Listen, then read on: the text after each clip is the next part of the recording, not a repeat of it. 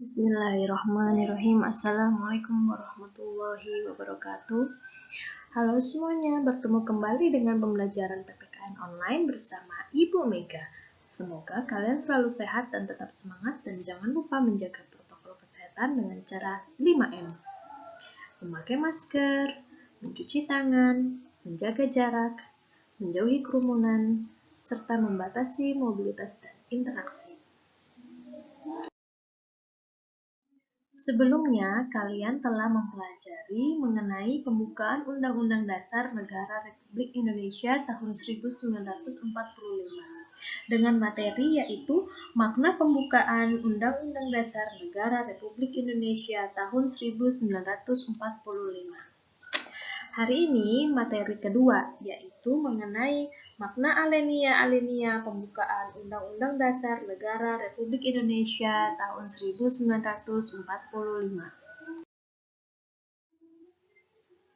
Adapun yang Ibu harapkan setelah kalian mempelajari tentang makna-makna pembukaan Undang-Undang Dasar Negara Republik Indonesia tahun 1945, yaitu kalian mampu memahami dan menghayati isi alinea dan pokok pikiran yang terkandung dalam pembukaan Undang-Undang Dasar Negara Republik Indonesia tahun 1945, dan kalian bisa mensintesiskan isi alinea dan pokok pikiran yang terkandung dalam alinea pembukaan Undang-Undang Dasar Negara Republik Indonesia tahun 1945, serta dapat mengaplikasikan isi alinea dan pokok-pokok pikiran yang terkandung dalam alinea pembukaan Undang-Undang Dasar Negara Republik Indonesia tahun 1945 dalam kehidupan berbangsa dan bernegara.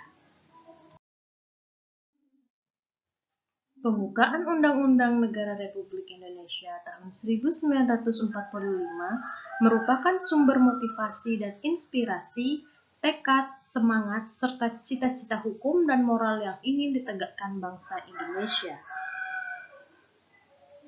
Alinea dalam pembukaan Undang-Undang Dasar Negara Republik Indonesia tahun 1945 mengandung arti dan makna yang sangat dalam.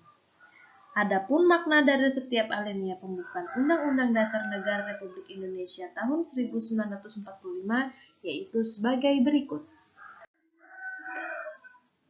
Di dalam teks pembukaan Undang-Undang 1945 Republik Indonesia, alinea pertama yaitu bahwa sesungguhnya kemerdekaan itu ialah hak segala bangsa, dan oleh sebab itu, maka penjajahan di atas dunia harus dihapuskan karena tidak sesuai dengan peri kemanusiaan dan peri keadilan.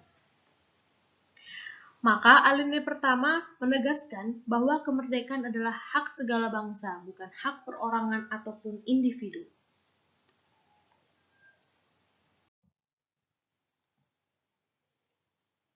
Jika alinea pertama pembukaan Undang-Undang Dasar Negara Republik Indonesia tahun 1945 menyatakan hak kodrati untuk merdeka, maka di alinea kedua menjabarkan penilaian para pendiri bangsa.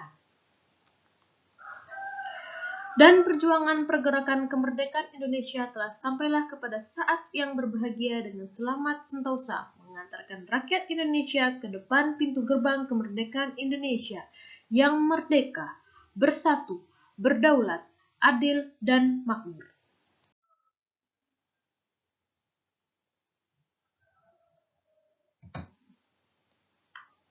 Jika Indonesia dipandang sebagai sebuah negara yang merdeka, berarti Indonesia adalah negara yang bebas dari kekuasaan bangsa lain dan dapat menentukan nasibnya sendiri. Jika Indonesia dipandang sebagai negara yang bersatu, berarti dalam tiap warga negara muncul kebulatan tekad untuk mewujudkan cita-cita bersama.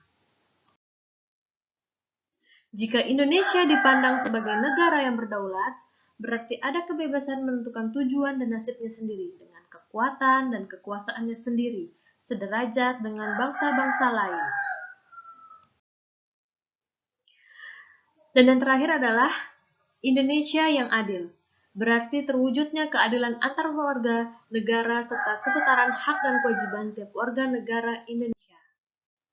Serta Indonesia yang makmur berarti terpenuhinya kebutuhan warga negara Indonesia baik kebutuhan material maupun kebutuhan spiritual.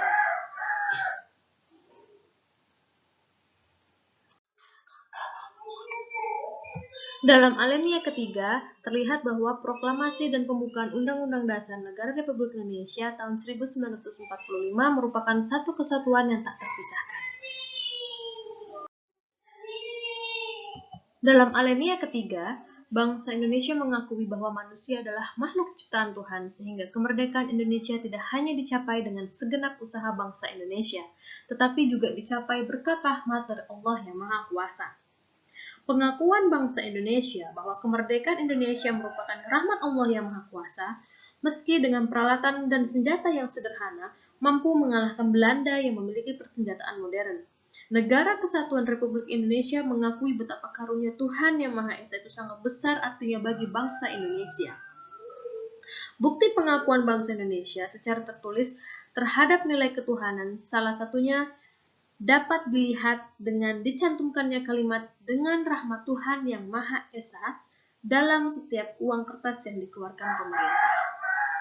Serta Indonesia mengakui hak kodrati untuk segala bangsa, yaitu berkehidupan kebangsaan yang bebas. Isi pembukaan Undang-Undang Dasar 1945 pada alinea keempat yaitu kemudian daripada itu, untuk membentuk suatu pemerintah negara Indonesia yang melindungi segenap bangsa Indonesia dan seluruh tumpah darah Indonesia, dan untuk memajukan kesejahteraan umum, mencerdaskan kehidupan bangsa, dan ikut melaksanakan ketertiban dunia yang berdasarkan kemerdekaan, perdamaian abadi, dan keadilan sosial. Maka, disusunlah kemerdekaan kebangsaan Indonesia itu dalam suatu Undang-Undang Dasar Negara Indonesia, yang terbentuk dalam satu susunan negara Republik Indonesia yang berkedaulatan rakyat dengan ketuhanan yang Maha Esa, kemanusiaan yang adil dan beradab, persatuan Indonesia, dan kerakyatan yang dipimpin oleh hikmat kebijaksanaan dalam permusyawaratan atau perwakilan, serta dengan mewujudkan suatu keadilan sosial bagi seluruh rakyat Indonesia. Jadi, pada alinea keempat menjelaskan prinsip-prinsip serta pokok-pokok kaidah pembentukan pemerintah Indonesia diperinci lebih lanjut. Tadi adalah makna alinea pembukaan Undang-Undang Dasar Negara Republik Indonesia tahun 1945. Ibu harapkan kalian dapat mengerti dan memahami apa saja makna-makna yang terkandung dalam setiap alinea pembukaan Undang-Undang Dasar Negara Republik Indonesia. Sekiranya untuk hari ini materi tersebut Ibu akhiri. Dan semoga apa yang ilmu Ibu sampaikan bermanfaat untuk kalian semua. Ingat tetap selalu semangat walaupun belajar di rumah. Assalamualaikum warahmatullahi wabarakatuh.